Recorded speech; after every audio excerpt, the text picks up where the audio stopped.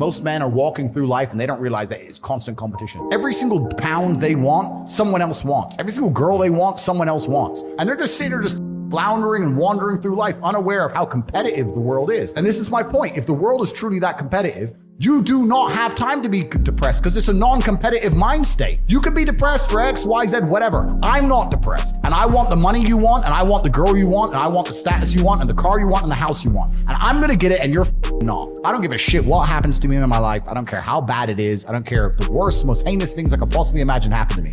I know that my sadness, my depression will be temporary because I will never stay a loser.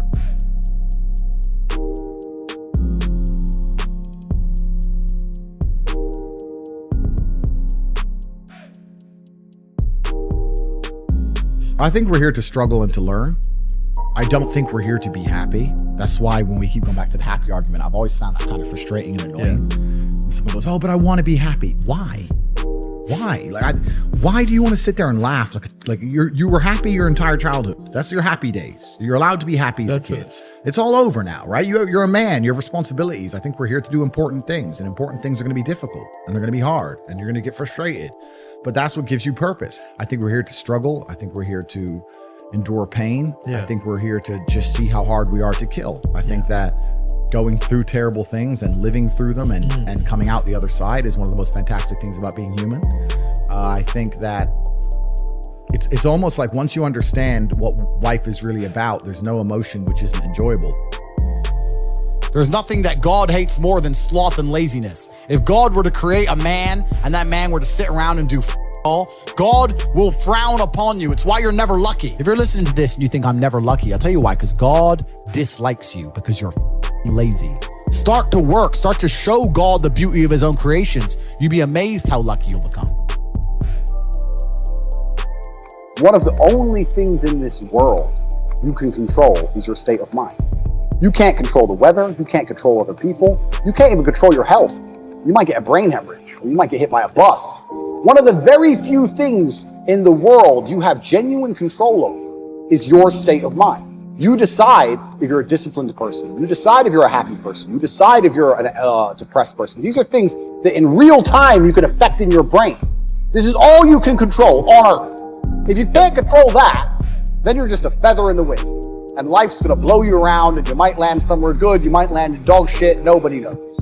Your state of mind is what you should be able to control. If you can't wake up and say, today I'm making some money, and actually try your very, very best, and actually stay dedicated to that task. If you can't do that, you're fucked.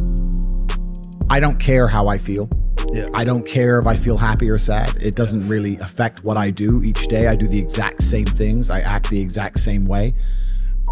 I don't care. I don't put weight to the significance of the emotion. So I always consider myself a happy person, but if I woke up and I was slightly less happy one day than another, it wouldn't affect anything I do, and I wouldn't put any relevance to it. I'm human, and that's life. I'd go to bed at night as a teenager and think, I looked it up on the internet. It was a Honda Civic Type R. I wanted one. It was like 38,000 pounds. I had no money. I had less than 50 pounds in my bank account. Couldn't afford it. Then I looked up how much a Ferrari cost. 210,000 pounds.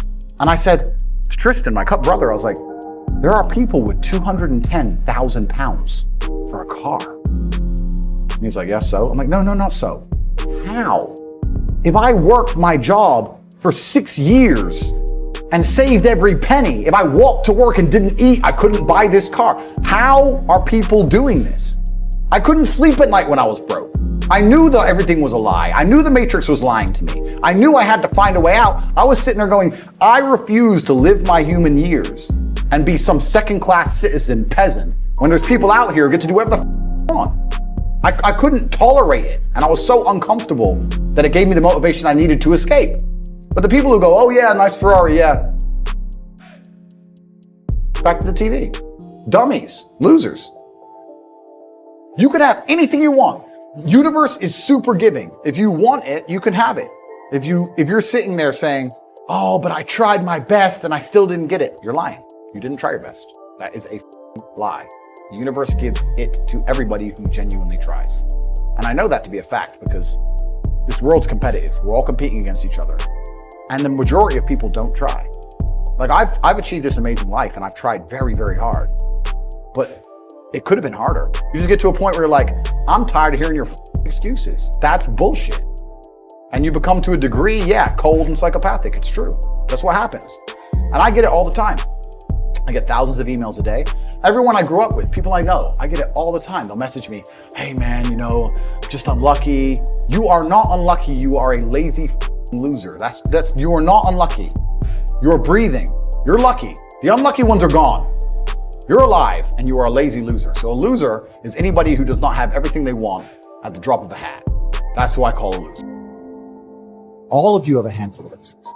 I don't think you understand that. You could have been in a car crash at 4 years old and lost your legs. Do you have any understanding of how lucky you have been? This is pure luck. There's only luck has kept you fully able-bodied, sitting there, capable of learning and listening and becoming something. You don't really need to be that tall if you're important and rich. And when you walk in the room, you think when Mayweather walks in the room, people give a shit? Fix that frame in your mind. You are viewing yourself as a short man. Stop it. Walk the up and be the man. The thing about the world is, we need losers. I'm not mad at losers. If that's the reality you've chosen to live, you get one spin in this version of life, and you decided you want to be a loser, that's fantastic, because my cars need cleaning, a hotel room needs cleaning. I have a party with all these beautiful women that's a bit of a mess. Please, go pick it up. Somebody needs to do that shit. I ain't gonna do it.